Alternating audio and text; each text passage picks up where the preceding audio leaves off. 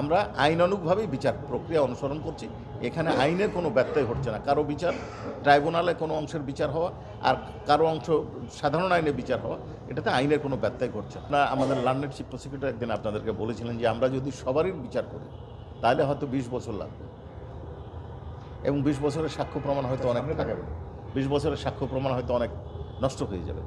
আমরা ন্যায় বিচার চাই, সকলের জন্য ন্যায় বিচার, যেমন প্রসিকিউশন চাই, আসামিরাও ন্যায় বিচার চাইবে, এটাই স্বাভাবিক। আমরা ভিকটিমরাও যেমন চাইবে।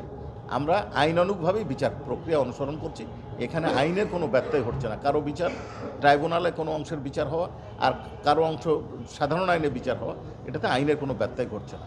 আইনের পিক অ্যান্ড চুজ বলার কোনো সুযোগ নাই। আমাদের আইনের বিচার হচ্ছে যে আইনে বিচার হচ্ছে সেই আইনের উপাদানটা আছে কিনা সেইটা বলার এখতিয়ার তাদের আছে। প্রত্যেকটা মামলা তার নিজস্ব গতিতে, নিজস্ব ঘটনার প্রেক্ষিতে এবং পারিপার্শ্বিকতায় বিচার হবে।